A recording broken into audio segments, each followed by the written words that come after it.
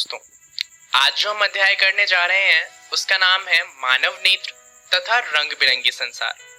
आज हम इसका दूसरा भाग करेंगे। तो चलिए जानते हैं कि इस भाग में हम क्या जानने वाले हैं।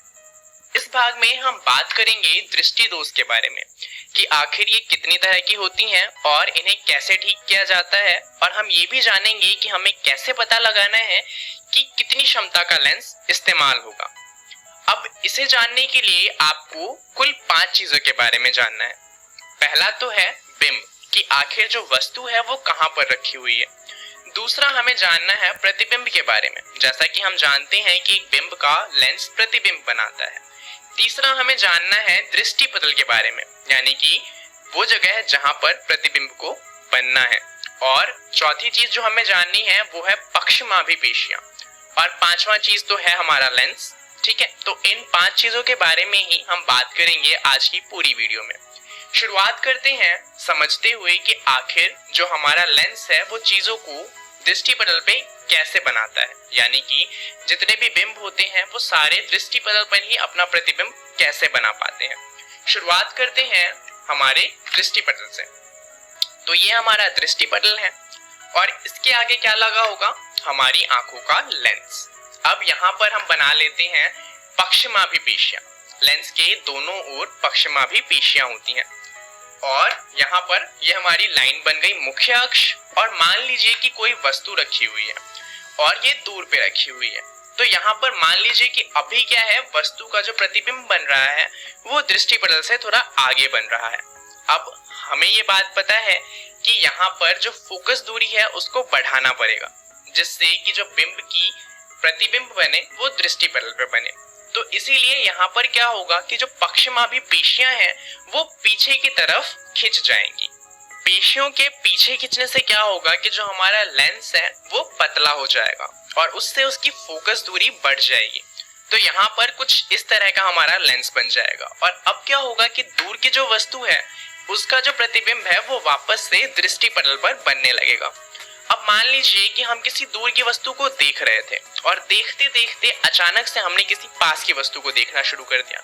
तो अभी क्या है, जो हमारा लेंस है वो तो अभी भी पतला है, परंतु अब हम किसी निकट की वस्तु को देख रहे हैं। तो अब हमें क्या करना है कि लेंस की फोकस दूरी को बढ़ाना है। तो यहाँ पर क्या होगा कि पहले जो वस्तु है उसका प्रतिबिंब दृष्टि पटल से पीछे बन रहा होगा, क्योंकि फोकस दूरी बहुत ज्यादा है। अब क्या होगा, जो हमारे पक्षमाभिपेशियां हैं वो वापस से शिथिल हो जाएंगे, जिससे हमारा लेंस मोटा हो जाएगा और उसकी फोकस दूरी घट जाएगी। और उससे क्या होगा कि जो हमारा प्रतिबिंब है वो वापस से दृष्टि पटल पर बनने लगेगा। परंतु जो हमारा लेंस है वो एक हद तक ही मोटा हो सकता है और इसलिए हम सिर्फ 25 सेंटीमीटर तक के पास की वस्तु को देख सकते हैं। इससे ज्यादा पास में अगर कोई वस्तु रखी जाएगी तो वो हमें धुंधली दिखेगी या फिर हमारी आंखों में उसे देखने पर दर्द होगा। तो ये जो चीज है इसे कहा जाता है समंजन क्षमता। और समंजन क्षमता के कारण ही हम दूर की, पास की और हर जगह की वस्तुओं को अच्छी तरह से देख पाते हैं। अब जब समंजन क्षमता में कोई दिक्कत आ जाती है, कई बार क्या होता है कि उम्र के कारण या फिर किसी और वजह से जो हमारा पक्षमाभिपेशियां हैं वो अच्छे से काम नहीं कर पाता और इस वजह से हमारी समंजन क्षमता खराब हो जाती है। या फिर कई बार क्या होता है कि हमारी आंखों का आकार ही बड़ा या छोटा हो जाता है। तो उससे क्या होता है कि जो हमारा दृष्टि पटल है वो आगे या फिर पीछे चला जाता है और उससे क्या होता है कि पक्षमाभिपेशियां अभी भी पुराने वाले दृष्टि पटल पर जो इमेज है या प्रतिबिंब है उसे बनाने की कोशिश कर रही है, परंतु जो दृष्टि पटल है वो आगे या पीछे हो चुका है और इस वजह से फिर से जो प्रतिबिंब होता है वो धुंधला बनता है। और यही दिक्कत है जिसकी वजह से हम चीजों को ढंग से नहीं देख पाते। अब चलिए जानते हैं कि चीजों को ठीक कैसे किया जाता है। ये तो हम जानते ही हैं कि उनके आगे एक उचित क्षमता का लेंस लगाया जाता है, परंतु हमें कैसे पता चलेगा कि कौन सा लेंस लगाना है और कितनी क्षमता का लगाना है। इसके लिए आइए एक सवाल करते हैं। तो सवाल है कि एक व्यक्ति 30 सेंटीमीटर की दूरी से परे की वस्तुओं को नहीं देख सकता। दृष्टि दोष को संशोधित करने के लिए कितनी शक्ति के लेंस का उपयोग करना चाहिए। अब यहाँ पर हमें बताया गया है कि जो व्यक्ति है वो 30 सेंटीमीटर से दूर की वस्तुओं को नहीं देख सकता। तो क्या आपको पता चल गया कि दोष कौन सा है? अगर आपका उत्तर है निकट दृष्टि दोष तो आप सही हैं, क्योंकि निकट दृष्टि दोष में हमें पास की चीजें दिखाई देती हैं परंतु दूर की चीजें दिखाई नहीं देती। अब यहाँ पर क्या बताया गया है कि हमारी जो आंखें हैं वो 30 सेंटीमीटर तक की चीजों को देख सकती हैं। अब हमें पता है कि उसके आगे एक लेंस लगाना है। यहाँ पर एक स्क्वायर डब्बा बनाया गया है, क्योंकि मान लीजिए हमें नहीं पता कौन सा लेंस लगाना है और ना हमें ये पता कि कितनी क्षमता का लगाना है। अभी हम इस सवाल को सॉल्व करेंगे और हमें पता चल जाएगा कि कौन सा लेंस लगेगा और इसकी क्षमता कितनी होगी। तो सबसे पहले यहाँ पर बना लेते हैं मुख्य अक्ष। अब हमें ये पता है कि ये आंख जो है वो 30 सेंटीमीटर तक तो चीजों को देख सकती है, परंतु अगर उसके बाद कोई चीज रखी है तो उसे नहीं देख सकती।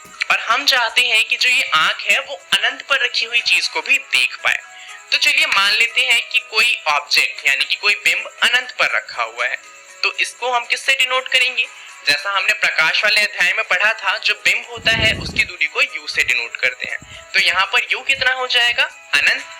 अब हम क्या चाहते हैं? हमने जो ये लेंस लगाया है, हम चाहते हैं कि ये लेंस जो अनंत पर रखी चीज है उसको 30 सेंटीमीटर पे बना दे, क्योंकि हमारी आंख 30 सेंटीमीटर की चीज को तो देख ही सकती है। तो अगर अनंत पर रखी चीज की इमेज को 30 सेंटीमीटर पे बनाया जाएगा तो हमारी आंखें उस इमेज को देख सकती हैं और फिर हमें चीजें जो अनंत पर रखी हैं वो भी दिखाई देने लगेंगी। तो यहाँ पर जो हमारा v यानी कि प्रतिबिंब की दूरी हो जाएगी 30 सेंटीमीटर। अब यहाँ पर आप देख सकते हैं कि दोनों ही चीजें यानी कि बिंब और प्रतिबिंब दोनों ही लेंस के पीछे की तरफ बना हुआ है, तो इसलिए दोनों की वैल्यू माइनस में आएगी। तो u हो जाएगा हमारा माइनस अनंत या फिर माइनस इंफिनिटी, और जो हमारा प्रतिबिंब की दूरी होगी वो हो जाएगी माइनस 30 सेंटीमीटर। अब आपने एक चीज पढ़ी थी लेंस सूत्र, जो था 1/v माइनस 1/u बराबर में 1/f। यहाँ पर आपको v तो पता है और आपको u भी पता है, तो इससे आपको f भी पता चल जाएगा। तो चलिए यहाँ पर लेंस सूत्र लगाइए और जल्दी से निकालिए कि f कितना होगा और उसके बाद वीडियो को कंटिन्यू कीजिए। तो आपने उत्तर निकाल लिया होगा। चलिए देखते हैं कि आपका उत्तर सही है या फिर नहीं। यहाँ पर v हो जाएगा -30 और इंफिनिटी को 1/इंफिनिटी तो 0 ही लेते हैं, तो इसकी तो कोई बात ही नहीं है। तो हमारा 1/f आ जाएगा 1/-30 और इससे हमारा f आ जाएगा -30। तो अगर आपका उत्तर यही आया है तो अब जल्दी से पता करिए कि इसकी क्षमता कितनी होगी। आप जानते हैं कि लेंस की क्षमता होती है 1/f। अब आपको f दिया हुआ है -30, यानी कि लेंस की क्षमता हो जाएगी 1/-30। तो क्या आप लेंस की क्षमता निकाल सकते हैं? जरा कोशिश कीजिए। अगर आपने यहाँ पर 1 को 30 से डिवाइड किया है तो आपका उत्तर गलत है, क्योंकि हम जानते हैं कि लेंस की क्षमता के लिए जो फोकस दूरी है वो मीटर में होनी चाहिए, परंतु यहाँ पर f हमें सेंटीमीटर में दिया हुआ है और इसलिए हमें इसे पहले मीटर में बदलना पड़ेगा। अब क्योंकि 1/-30 है और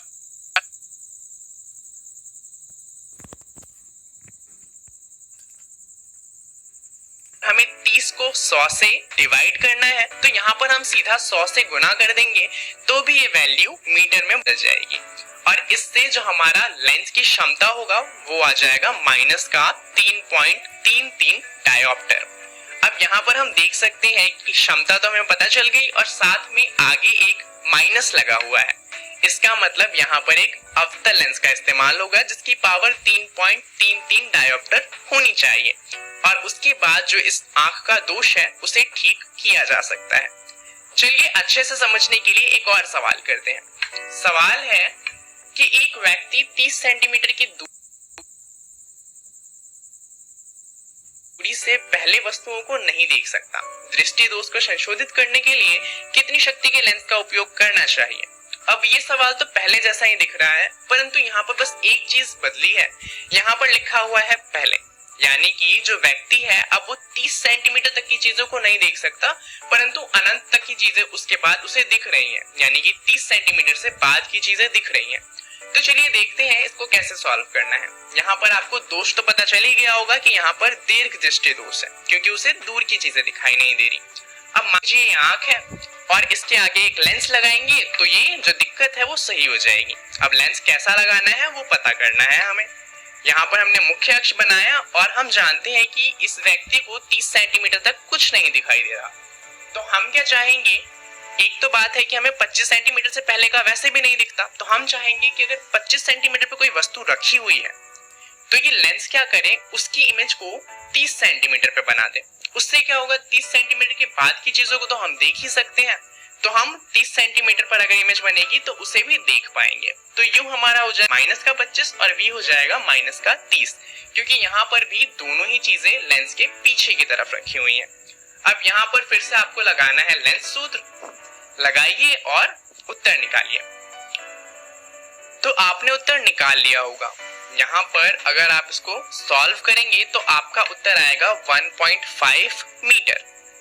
अब आपको फोकस दूरी तो नहीं चाहिए थी, आपको चाहिए था लेंस की क्षमता। तो हम यहाँ पर लेंस की क्षमता निकालेंगे। लेंस की क्षमता होती है 1/f, तो उत्तर आ जाएगा 1/1.5 मीटर, जिसको हम आगे फ्रैक्शन में निकाले तो उत्तर आ जाएगा 6.68 डायोप्टर। यहाँ पर आप देखेंगे कि लेंस की क्षमता पॉजिटिव आई है, यानी कि जो हमने लेंस इस्तेमाल किया होगा वो उत्तर लेंस होगा। तो चलिए जानते हैं इस वीडियो में हमने क्या सीखा।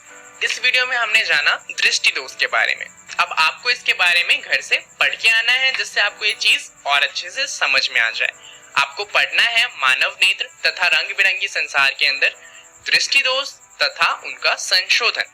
अगली वीडियो में हम कुछ चीजों के बारे में जानेंगे, जैसे कि पूर्ण आंतरिक परावर्तन, प्रकाश का विक्षेपण और प्रकाश का प्रकीर्णन। तो आप इनके बारे में भी पढ़कर आइएगा। अब इसके साथ साथ आपको एक और चीज पढ़ के आनी है, जो है एक प्रिज्म से अपवर्तन किस तरह से होता है। अब प्रकाश वाले अध्याय में आपने ग्लास स्लैब से अपवर्तन पढ़ा था, प्रिज्म से अपवर्तन भी कुछ उसी तरह का है, तो आपको वो चीज समझ आ जाएगी। तो अगली क्लास में आप वो पढ़कर आइएगा। इस वीडियो के लिए इतना ही, धन्यवाद।